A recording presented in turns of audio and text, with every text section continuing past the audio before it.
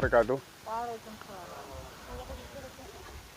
Kami dari pemerintah Gampong Senebo menghadapi musibah virus corona telah membentuk Satgas COVID-19 untuk mengantisipasi atau memutus mata rantai penyebaran virus, di mana dengan sasaran agar masyarakat terhindar dari bahaya virus dan juga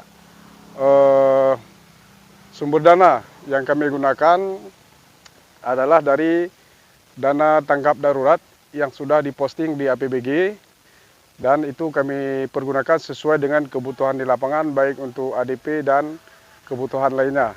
Di sini juga kami bekerja sama dengan pihak Babin Kamtipmas, Babinsa, dan juga seluruh aparatur Gampong, dan juga kami mohon semua dukungan dari masyarakat Gampong Senebo agar kita semua terhindar selamat dari mara bahaya, apalagi kita akan menjelang bulan suci Ramadan yang sudah di ambang pintu.